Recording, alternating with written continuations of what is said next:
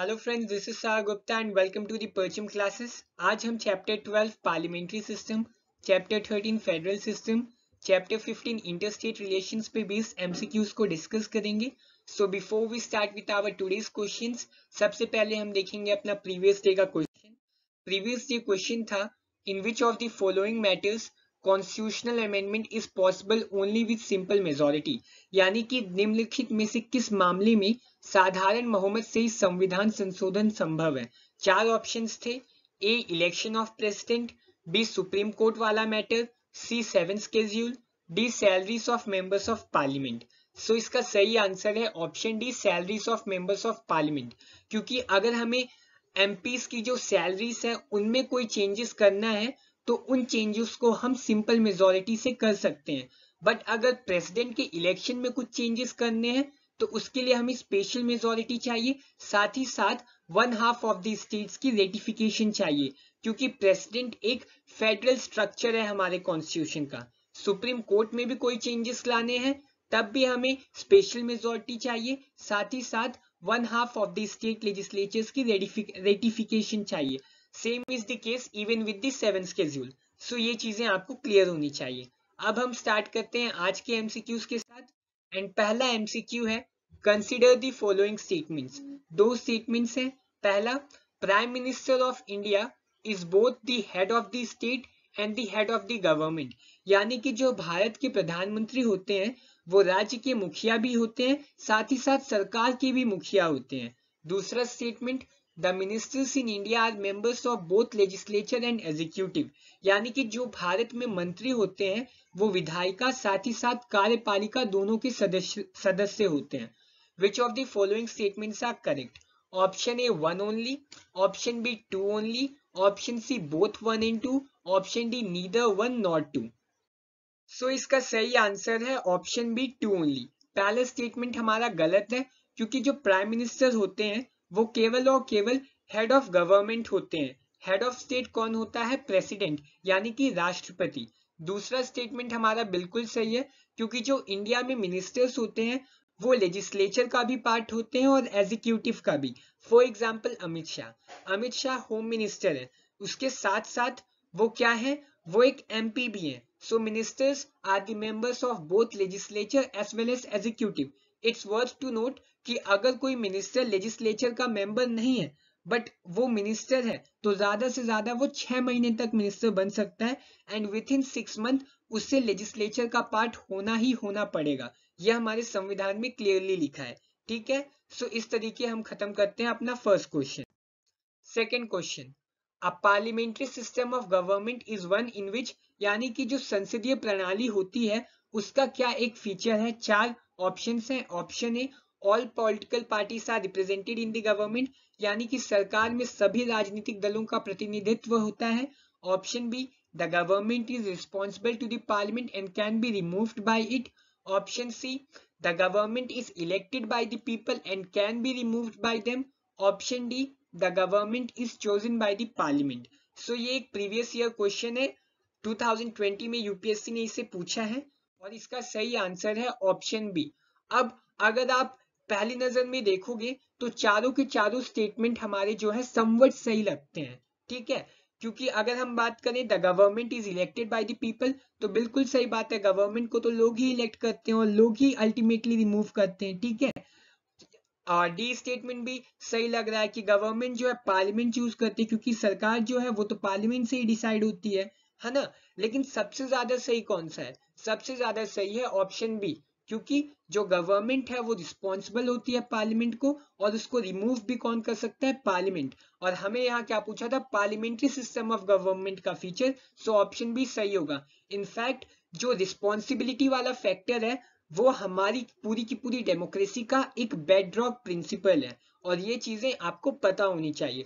Option A तो पूरी तरीके से गलत है, इसमें तो कोई आप कंफ्यूज ही नहीं हो सकते, क्योंकि हमारे देश में हर एक पॉलिटिकल पार्टीज गवर्नमेंट में हो ऐसा कोई जरूरी नहीं है। केवल वही पॉलिटिकल पार्टीज गवर्नमेंट में होंगी जिनकी मेजोरिटी है पार्लियामेंट में, जिनकी मेजोरिटी है लेजिस्लेचर में। ठीक है, सो क्लियर है आपको? सही आंसर है ऑप्शन बी। ठीक है, third question, which of the following is a federal feature of the Indian constitution? So हमारे कॉन्स्टिट्यूशन के दो तरह के फीचर है, एक है फेडरल फीचर और एक है यूनिटरी फीचर। सो इन चारों में से कौन सा फीचर एक फेडरल फीचर है? Option A strong centre, option B written constitution, option C single constitution and option D emergency provisions. ठीक, सो इसका सही आंसर है ऑप्शन बी रिटन कॉन्स्टिट्यूशन। जहां तक बात है स्ट्रॉन्ग सेंटर की, तो वो एक यूनिटरी फीचर है, सिंगल कॉन्स्टिट्यूशन वो भी एक यूनिटरी फीचर है, इमरजेंसी प्रोविजंस वो भी एक यूनिटरी फीचर है, बट जो रिटन कॉन्स्टिट्यूशन वाला फीचर है वो एक फेडरल फीचर है। अब रिटन कॉन्स्टिट्यूशन क्या करता है? अब रिटन कॉन्स्टिट्यूशन जैसा कि नाम कह रहा है कि हर एक चीज रिटन में राइटिंग में लिखी हुई है। अब हर एक चीज जब राइटिंग में लिखी हुई रहती है तो किसी तरह का मिसअंडरस्टैंडिंग स्टेट और सेंटर के बीच नहीं हो सकता, किसी तरह का डिसएग्रीमेंट नहीं हो सकता। और अगर डिसएग्रीमेंट या मिसअंडरस्टैंडिंग होती भी है तो रिटन कॉन्स्टिट्यूशन है हमारा, उसमें साफ साफ लिखा रहता है कि क्या करना है ऐसे ऐसी सिचुएशन में, है ना। सो सही आंसर है option B. Fourth question, consider the following statements.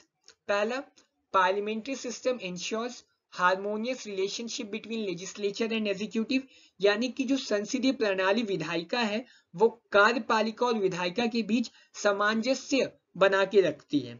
और सेकंड स्टेटमेंट क्या है? Minority party rule is the feature of parliamentary system, यानी कि जो अल्पसंख्यक दल होता है वो संसदीय प्रणाली की विशेषता है। Which of the following statements are not correct, कौन सा स्टेटमेंट यहाँ गलत है? क्या बताना है कौन सा स्टेटमेंट यहाँ गलत है? Option A one only, option B two only, option C both one and two, option D none of the above. So इसका सही आंसर है ऑप्शन बी टू ओनली, क्योंकि पहला स्टेटमेंट हमारा सही है कि parliamentary system harmonious relation ensure करता है लेजिस्लेचर एंड एग्जीक्यूटिव के बीच। इनफैक्ट जो हमारी कॉन्स्टिट्यूएंट असेंबली थी उसने पार्लियामेंट्री सिस्टम को चूज इस कारण किया क्योंकि इसमें क्या होता है कि लेजिस्लेचर एंड एग्जीक्यूटिव के बीच अच्छे रिलेशंस होते हैं, किसी तरह का कंफ्लिक्ट नहीं होता। ऐसा क्यों? क्योंकि जो एग्जीक्यूटिव होता है, जो मिनिस्टर होते हैं, वो खुद लेजिस्लेचर के पार्ट होते हैं और दोनों एक दूसरे पे डिपेंडेंट होते हैं, तो किसी तरह का कंफ्लिक्ट नहीं आता। सो पहला स्टेटमेंट हमारा सही है। दूसरा स्टेटमेंट हमारा बिल्कुल सही है, बिल्कुल गलत है, सॉरी बिल्कुल गलत है, क्योंकि पार्लियामेंट्री सिस्टम में माइनॉरिटी पार्टी का रूल नहीं होता, पार्लियामेंट्री सिस्टम में मेजॉरिटी पार्टी का रूल होता है। सो यहाँ पूछा था गलत और गलत केवल दूसरा है, so option B two only हमारा सही आंसर हो जाता है। Clear? Fifth question, which of the following committee recommended establishment of a permanent interstate council. So निम्नलिखित में से किस समिति ने, किस आयोग ने अंतरराज्य परिषद की स्थापना की सिफारिश की थी? Option A SK Dhar commission, option B Shah commission, option C Sarkaria commission, option D Fazal Ali commission. ठीक, सो इसका सही आंसर है option C Sarkaria commission. Sarkaria commission कब बनी थी? 1983 में। इसने अपनी रिपोर्ट कब सबमिट की थी? 1987 में। और इस कमीशन ने कहा था कि एक परमानेंट इंटरस्टेट काउंसिल बनाने की जरूरत है। इंटरस्टेट काउंसिल की बात संविधान में कहाँ होती है? आर्टिकल 263 में। एंड जहां तक बात है एसके धार कमीशन की, so it was a commission on linguistic provinces. Shah commission ये एक ऐसी कमीशन थी जिसकी रिकमेंडेशन पे हरियाणा बनाया गया था 1966 में। फजल अली कमीशन ये एक ऐसी कमीशन थी जिसके रिकमेंडेशन पे स्टेट्स रीऑर्गेनाइजेशन एक्ट आया था 1956 पे। चारों के चारों इंपॉर्टेंट कमीशन है और ये किससे रिलेटेड है ये एक एस्पिरेंट को पता होना चाहिए। Sixth question, the idea of a strong centre has been taken from which country, यानी कि जो एक मजबूत सेंटर वाला फीचर है वो हमने किस कंट्री से लिया है? Option A Britain, option B Australia, option C Canada, option D France. So इसका सही आंसर है ऑप्शन सी कनाडा। कनाडा से हमने कई सारी चीजें ली हैं, जैसे कि idea of strong centre Canada से लिया, जो रेसिड्यूरी पावर सेंटर के पास रहेंगे ये वाला सिस्टम भी हमने कहां से लिया? कनाडा से। जो एडवाइजरी जुरिस्डिक्शन है सुप्रीम कोर्ट का वो भी कनाडा से लिया, और गवर्नर्स को सेंटर अपॉइंट करेगा ये वाला सिस्टम भी हमने कहां से लिया? कनाडा से। ये नोट करने वाली बात है कि ऑफिस ऑफ गवर्नर हमने लिया है गवर्नमेंट ऑफ इंडिया एक्ट 1935 से, लेकिन गवर्नर को सेंटर अपॉइंट करेगा ये चीज हमने कहां से ली है? कनाडा से। ठीक है, सो कनाडा से हमने चार चीजें ली हैं। Seventh question, consider the following statements. दो स्टेटमेंट्स हैं। पहला, in India states are given equal representation in Rajya Sabha, यानी कि भारत में राज्यों को राज्यसभा में समान प्रतिनिधित्व दिया जाता है। दूसरा, the Indian constitution has established an integrated judicial system, यानी कि जो हमारा भारतीय संविधान है उसने एक एकीकृत न्यायिक प्रणाली की स्थापना की है। Which of the above statements are correct? Option A 1 only, option B 2 only, option C both 1 and 2, option D neither 1 nor 2। So इसका सही आंसर है ऑप्शन बी 2 ओनली। क्यों? क्योंकि जो पहला स्टेटमेंट है वो पूरी तरीके से गलत है। इंडिया में हर एक स्टेट को राज्यसभा में इक्वल रिप्रेजेंटेशन नहीं दी जाती है। फॉर एग्जाम्पल, राज्यसभा में उत्तर प्रदेश की 31 सीट्स हैं, लेकिन सिक्किम की केवल और केवल एक सीट है ना। और दूसरा स्टेटमेंट लेकिन सही है कि इंडियन कॉन्स्टिट्यूशन एक इंटीग्रेटेड जुडिशियल सिस्टम प्रोवाइड करता है, जिसमें सबसे नीचे होते हैं डिस्ट्रिक्ट कोर्ट्स, फिर ऊपर होता है हाई कोर्ट, फिर सबसे ऊपर होता है सुप्रीम कोर्ट। और ये जो पूरी की पूरी हायरार्की है कोर्ट की, they enforce both central as well as state law. So दूसरा स्टेटमेंट हमारा सही है और सही ऑप्शन है ऑप्शन बी 2 ओनली, है ना। 8th question, in India a person who is not a member of parliament can also be appointed as minister for a maximum period of, यानी कि पूछ क्या रहा है कि भारत में एक ऐसा व्यक्ति जो संसद का सदस्य नहीं है, उसे कितने समय के लिए मंत्री के रूप में नियुक्त किया जा सकता है। Option A 1 month, option B 6 month, option C 9 month, option D 3 month. तो इसका सही आंसर है ऑप्शन बी 6 मंथ। इसके बारे में हमने पहले भी डिस्कस किया था कि एक ऐसा पर्सन जो पार्लियामेंट का मेंबर नहीं है उसे भी मिनिस्टर बनाया जा सकता है for the maximum period of 6 month, and 6 month के अंदर अंदर उसे मिनिस्टर या उसे क्या करना पड़ेगा, पार्लियामेंट का मेंबर बनना पड़ेगा, नहीं तो वो मिनिस्टरशिप को कंटिन्यू नहीं कर पाएगा। और ये चीजें कहाँ लिखी है? आर्टिकल 75 में और आर्टिकल 164 में, ठीक है। और ब्रिटेन में क्या होता है, इंडिया में तो मतलब 6 महीने तक कोई बाहर का आदमी भी मिनिस्टर बन सकता है जो कि पार्लियामेंट का मेंबर नहीं है, बट ब्रिटेन में ये एकदम क्लियर है कि केवल और केवल पार्लियामेंट का मेंबर ही मिनिस्टर की तरह अपॉइंट किया जा सकेगा और कोई भी नहीं, ठीक है। सो ये चीजें आपको पता होनी चाहिए। 9th question, choose the correct pair. So ये एक तरह का मैच द फॉलोइंग टाइप वाला क्वेश्चन है। On one side we have collective responsibility, all India services, independent judiciary, single executive. On the other side, we have federal feature, parliamentary system, presidential system, unitary feature. So आपको सही pair क्या है ये found out करना है। 4 option है आपके पास, मैं आपको 10 सेकेंड दे रहा हूं, आप अच्छे से क्वेश्चन को देखो और एक सही आंसर पे टिक करो।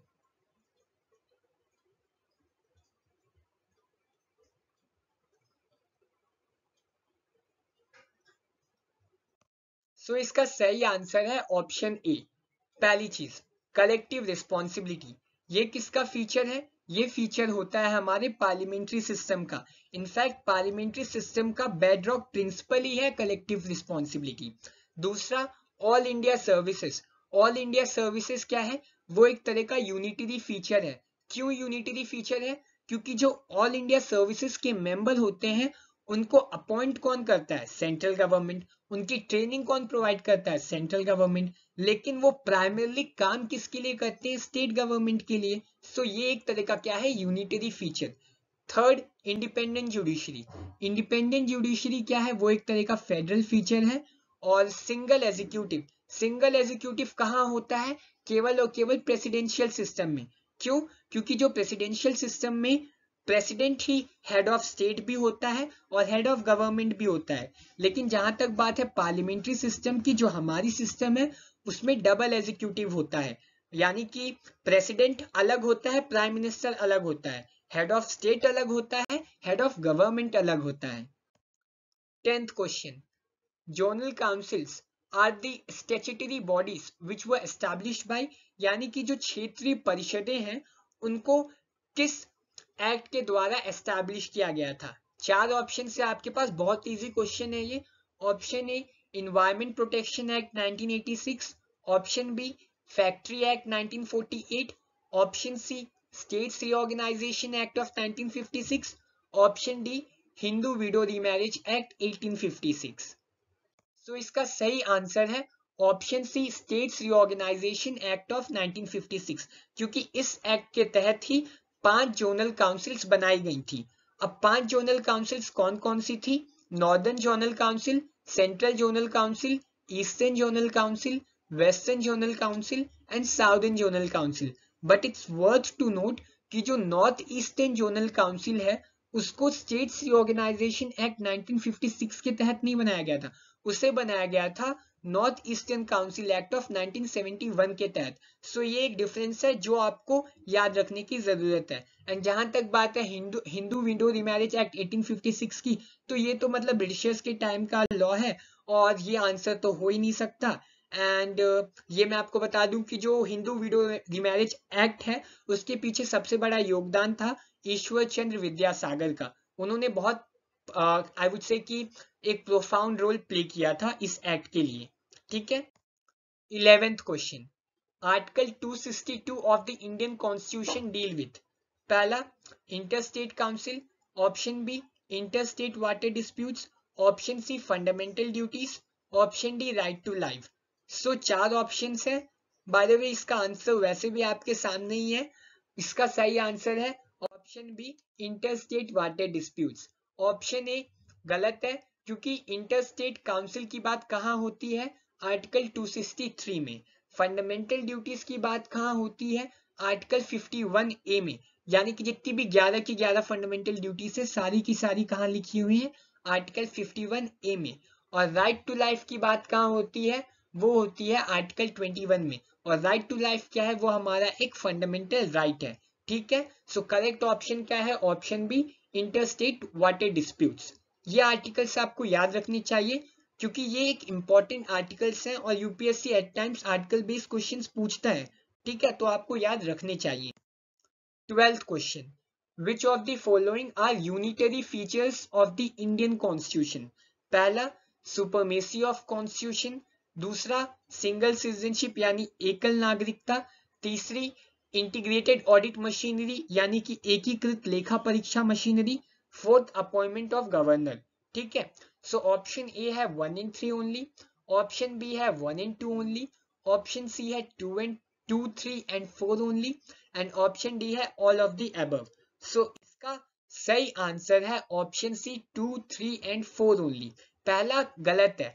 पहला यानी कि सुपरमेसी ऑफ कॉन्स्टिट्यूशन वो एक यूनिटरी फीचर नहीं, वो एक फेडरल फीचर है। सिंगल सिटीजनशिप एक यूनिटरी फीचर है क्योंकि हमारे देश में केवल और केवल सिंगल सिटीजनशिप होती है, स्टेट्स की कोई सिटीजनशिप नहीं होती। हर कोई भारतीय नागरिक है, हर कोई केवल और केवल भारतीय नागरिक है, कोई एमपी का नागरिक नहीं, कोई महाराष्ट्र का नागरिक नहीं। ऐसा वाला सिस्टम हमारे देश में नहीं चलता।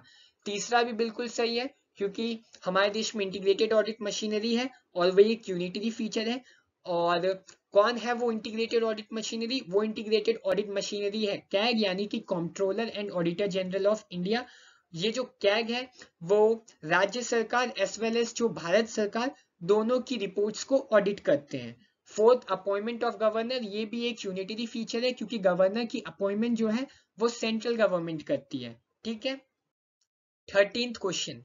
So we adopted parliamentary democracy based on the British model, but how does our model differ from that model?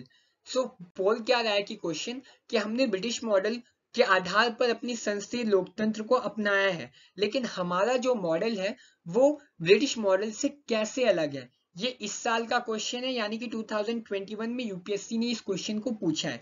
दो स्टेटमेंट है। As regards legislation, the British Parliament is supreme or sovereign, but in India, the power of the Parliament to legislate is limited. यानी कि कानून के संबंध में British संसद सर्वोच्च या संप्रभु है, लेकिन भारत में संसद की कानून बनाने की शक्ति सीमित है। ठीक है। Second, in India, matters related to constitutionality of the amendment of an act of the Parliament are referred to the Constitution bench by the Supreme Court. Bharat में संसद के एक अधिनियम के संशोधन की संवैधानिकता से संबंधित मामलों को सर्वोच्च न्यायालय द्वारा संविधान पीठ को भेजा जाता है। अब हमें बताना है कि इसमें करेक्ट आंसर क्या है। करेक्ट आंसर ऑप्शन 4 है। Option A 1 only, option B 2 only, option C both 1 and 2, option D neither 1 nor 2। So इसका सही आंसर है ऑप्शन सी बोथ 1 and 2, क्योंकि दोनों के दोनों स्टेटमेंट हमारे यहाँ सही है। ब्रिटिश पार्लियामेंट सॉवरेन है, बिल्कुल बात सही है। इनफैक्ट डाल ऑल्मे ने तो यहां तक कहा है कि British parliament can do anything accept making a man a women and women a man, यानी कि ब्रिटिश पार्लियामेंट कुछ भी कर सकता है, केवल और केवल एक चीज को छोड़ के, वो एक मैन को वुमेन नहीं बना सकता और एक वुमेन को मैन नहीं बना सकता। इसके अलावा वो सब कुछ कर सकता है। बट हमारा जो भारतीय संसद है उसकी पावर्स लिमिटेड है, वो सॉवरेन नहीं है, ठीक है, उसे कॉन्स्टिट्यूशन के हिसाब से काम करना पड़ता है। दूसरा स्टेटमेंट भी सही है, क्योंकि इंडिया में कॉन्स्टिट्यूशनैलिटी के जो मैटर्स हैं वो सुप्रीम कोर्ट कॉन्स्टिट्यूशन बेंच को भेजता है, ठीक है। So option C both 1 and 2 हमारा सही आंसर हो। Question number 14, choose the correct pair. So एक साइड है हमारे पास article 261, article 262, article 263, article 301। On the other side we have freedom of trade, commerce and intercourse, interstate water disputes, interstate council, public acts, records and judicial proceedings. So 10 second दे रहा हूं, आप अच्छे से question को देखो और सही आंसर आप फाउंड करो, ठीक है।